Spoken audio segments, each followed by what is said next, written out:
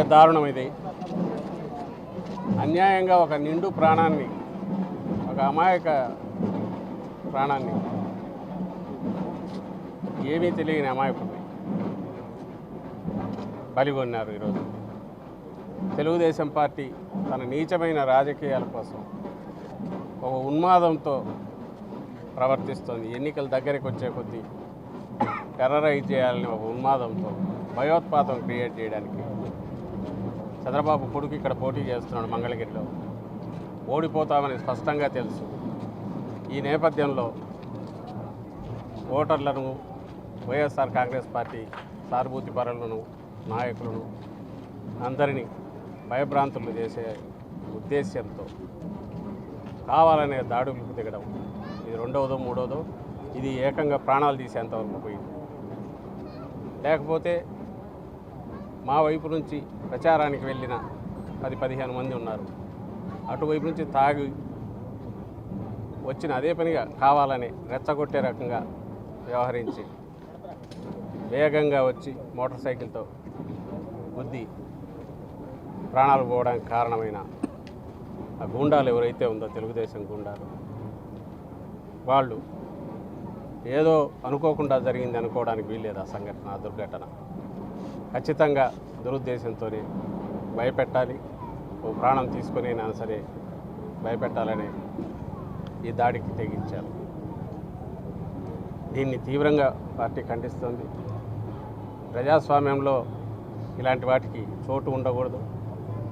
అధికారంలో ఉన్నప్పటికీ మేము, అలాగే బలమైన పార్టీ అయినప్పటికీ ఎంత సంయమనంతో, నిగ్రహంతో అనేది నిన్నటి నుంచి పార్టీ కార్యకర్తలు చూసినా లేదా నాయకులు వ్యవహరించి తీరు చూసినా అందరికీ అర్థం కావాలి, ప్రజలు కూడా అర్థం చేసుకోవాలి.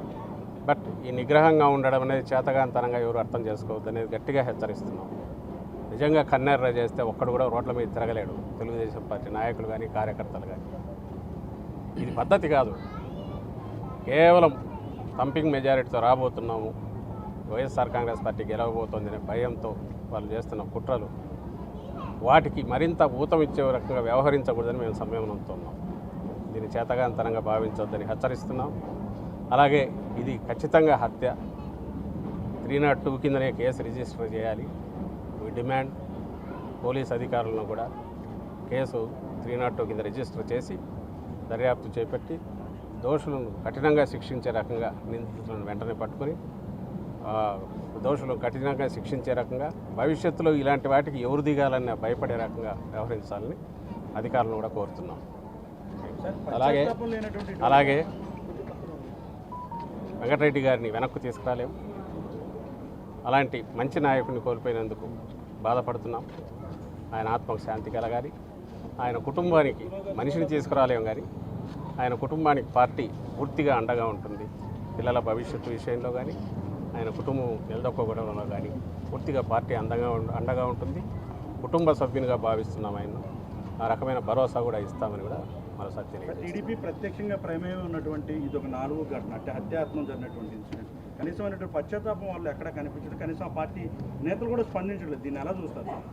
వాళ్ళు ఎప్పుడైతే ఇక్కడే కాదు, రాష్ట్రం అంతా కూడా వాళ్ళది మీరు చూస్తే వాళ్ళు అటాక్స్ చేస్తున్నారు, వాళ్ళు విక్టిమ్స్ లాగా పోజులు ఇస్తున్నారు. వాళ్ళే దాన్ని తీసుకెళ్ళి మళ్ళీ ఎన్నికల కమిషన్లోనూ ఇంకో దగ్గర ఒత్తిడి తీసుకొస్తున్నారు.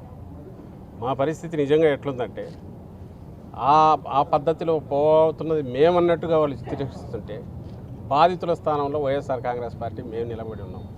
ఇది ప్రజలందరూ గమనిస్తున్నారు. వీటన్నిటికి కూడా కారణం ఒకటే, నిస్పృహ. ఆఖరు దశలో ఈసారి మొత్తంగా ఆ పార్టీ కంప్లీట్గా దుకాణం బంద్ అయిపోయిన పరిస్థితిలో, నేపథ్యంలో ఇంకా ఏం చేయాలనో తెలియక ఏదో ఒక రకమైన సాకు కావాలి కాబట్టి టెర్రరైజ్ చేయాలి. దీంట్లో ఎక్కడైనా మేము మా వాళ్ళు నిగ్రహం కోల్పోయో, రియాక్ట్ అయితే దాన్నే చూపించి మేము దాడులు చేస్తున్నాం అనేది సానుభూతి పొందాలి. లేదా ఎన్నికల్లో ప్రశాంత వాతావరణాన్ని విచ్ఛిన్నం చేయాలి. ఆ రకమైన ఏదన్నా శవాల మీద పేలాలు వేరుకునే రకమైన మనస్తత్వం కలిగిన తెలుగుదేశం పార్టీ దీన్ని కూడా దిగజారుతోంది. అందులో భాగంగా ఇది మరీ అన్యాయమైంది. ప్రశాంతంగా నిజంగానే ఎవరైనా గమనించవచ్చు. 15 మంది మా వాళ్ళు ఉన్నారు. వాళ్ళు 4, 5, 6 వాళ్ళు వచ్చితే వాళ్ళని వెంటబడి తరమడం పెద్ద కొట్టడం పెద్ద కష్టం కాదు. కానీ వీళ్ళ ఉద్దేశం వాళ్ళదేమో ప్రశాంతంగా ఎన్నికల ప్రచారం చేసుకుంటున్నారు, డిస్టర్బ్ చేయొద్దని రిక్వెస్ట్ చేశారు. ఎవరి ప్రచారం వాళ్ళు చేసుకోవచ్చు. అలాంటిది కావాలనే వాళ్ళ చుట్టూ బైకులతో చక్కర్లు కొట్టు మళ్ళీ వేగంగా వచ్చి గుద్ది ఓ ప్రాణం పోవడానికి కారణమయ్యారంటే ఇది ఖచ్చితంగా పథకం ప్రకారం జరిగింది. 4 రోజుల ముందే ఇంకా మర్చిపోలే ముఖ్యమంత్రి గారి మీద, సాక్షాత్తు ముఖ్యమంత్రి గారి మీదే దాడి చేశారు. ఈరోజు ఇది అంటే ఎక్కడికి తీసుకుపోవాలనుకుంటున్నారు? ఎన్నికలు అనేవి ఇవే ఇట్లనా జరగాల్సింది. మీరన్న ఇన్సిడెంట్స్ కొన్ని ఎక్కడో బయట జరిగినాయి. ముఖ్యమంత్రి గారి మీదే దాడి జరిగింది, దాన్ని కూడా హేళనగా మాట్లాడుతున్నారు. అంటే ఎంతకు సహనం వహించి ఓర్చుకునే కొద్దీ మా పార్టీ నాయకులు, మేము వైఎస్ఆర్ కాంగ్రెస్ పార్టీ నాయకులు కానీ కార్యకర్తలు కానీ దాన్ని అలుసుగా తీసుకొని మరింత రెచ్చగొడుతున్నారు. అందులో భాగంగానే ఇది మరి అన్యాయంగా ఈరోజు ఈ సంఘటన జరిగింది. ఆ రోజు ముఖ్యమంత్రి గారికి కూడా ఆ రాయి కొంచెం పక్కన తగిలింటే ఏమయ్యేదని ఊహిస్తే ఒళ్ళు జలధరిస్తుంది, భయం వేస్తుంది. కానీ వాళ్ళకి సిగ్గు లేకుండా వాళ్ళు దాన్ని డ్రామా అంటారు.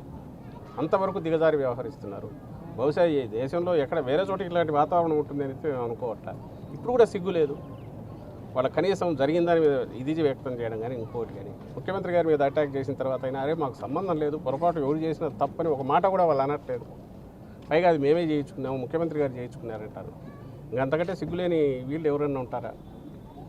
ఇలాంటి వీళ్ళ పీడ ఎప్పుడు వదులుతుంది అనేది ఈ 24 ఎన్నికలతో ఆ పార్టీ ఈ రాష్ట్రానికి పట్టిన పీడ, తెలుగుదేశం పార్టీ రూపంలో కానీ దాన్ని కబ్జా చేసిన చంద్రబాబు నాయుడు రూపంలో ఇన్నాళ్ళు నడిపిన ఆయన చంద్రబాబు నాయుడు గారి నాయకత్వం ఆ రూపంలో కానీ ఇన్నాళ్ళు పట్టిన పీడ ఈ 24 ఎన్నికలతో ఈ రాష్ట్రానికి వదులుతుందని మేము బలంగా నమ్ముతున్నాం. ఆ దెబ్బకు భయపడే వాళ్ళు ఏమి చేస్తున్నారని మేము అనుకుంటున్నాం. సోషల్ మీడియాలో విపరీతమైన ట్రోల్స్ చేస్తున్నారు. ఎవరైనా చనిపోయినట్టే వాలంటీర్ దగ్గర కావచ్చు, నిన్నమాట జరిగిన జగన్మోహన్ రెడ్డి గారు కావచ్చు, ఇప్పుడు రెడ్డి గారు కావచ్చు, ఏది జరిగినా సరే వాలిపోతున్నారు. ఓట్ల కోసం రాజకీయం చేస్తున్నారు. శవం దొరికితే వదలట్లేదు. సోషల్ మీడియాలో విపరీతమైన ట్రోల్స్ చేస్తున్నారు. ఆ శవాలు మనుషులు హాయిగా మనుషులు ఉన్న వాళ్ళని శవాలుగా మారుస్తున్నది వాళ్ళు, వాళ్ళ మీద అటాక్ చేస్తున్నది వాళ్ళు. మేము ఇది జరిగితే బాధపడుతున్నాము, వచ్చి ఇది వద్దయా అని చెప్తున్నాము. ఇలాంటిది కాదు, ఇది పద్ధతి కాదు.